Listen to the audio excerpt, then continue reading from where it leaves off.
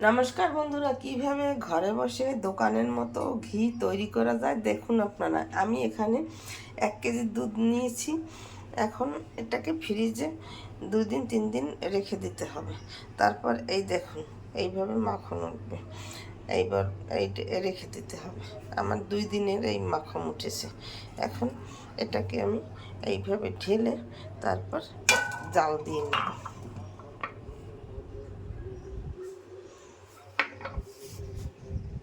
দেখুন কিভাবে আমি ঘি বানাই ঘরে বসে। এই যে দেখুন, এই যে দুধ থেকে সব থেকে ঘি বানানো হয়। এই যে আমি এখন এটাকে একটু অনেক সময় জাল দিতে হবে। ঢেলে আমি পাত্রে রেখে এটাকে জাল দিতেছি। 10 মিনিটের একটু বেশি জাল দিলে ঘির আকার তৈরি হয়ে আসবে। ধৈর্য ধরে বানাতে হবে। ধৈর্য বা সময় না নিলে কোনো কাজই হয় না। তাই সময় বিকল্প কিছুই নাই, সময় তো লাগবেই যে কোনো কাজে। এই যে দেখুন আমার ঘি তৈরি হয়ে গেছে। একটু করে আমি নামিয়ে নেব। নামিয়ে এখানে একটা কাপ নিয়েছি। কাপের মধ্যে সুতির ন্যাকড়া দিয়ে ছেঁকে নিতে হবে, তাহলে ভালো হবে। সুতির ন্যাকড়া দিয়ে না ছেঁকলে ঘির মধ্যে যে একটা ময়লা থাকে, ওই ময়লাটা ভিতরে পড়ে গেলে খেতে ভালো লাগে না।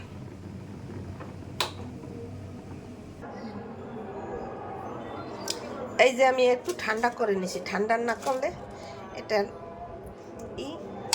ভালোভাবে হয় না, গরম থাকলে। এখন এখানে এইভাবে করে এই যে ছেঁকে নেব আমি। দেখুন এই যে ঘি বানিয়েছি, এই বয়মে আমি রেখে দেব।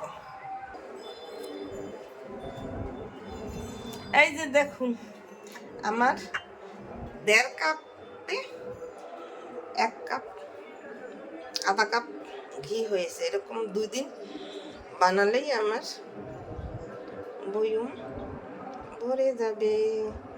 এরকম খাঁটি পিওর ঘি ঘরে তৈরি করে আপনারাও বানিয়ে খেয়ে দেখতে পারেন। খেতে খুব দুর্দান্ত লাগবে। আমি এই পাত্রে ঢেলে রেখে দিলাম। এখন এই মুখ আটকিয়ে ফ্রিজে রেখে দেব। এই যে আমার অনেকগুলো ঘি হয়েছে, অনেক দিন ঘরে বানিয়ে খাওয়া যায়। এরকম নতুন নতুন ভিডিও পেতে আমার চ্যানেলটিকে লাইক কমেন্ট শেয়ার দিয়ে পাশে থাকুন। ধন্যবাদ, থ্যাংক ইউ। আমার ঘি বানানো তৈরি হয়ে গেছে।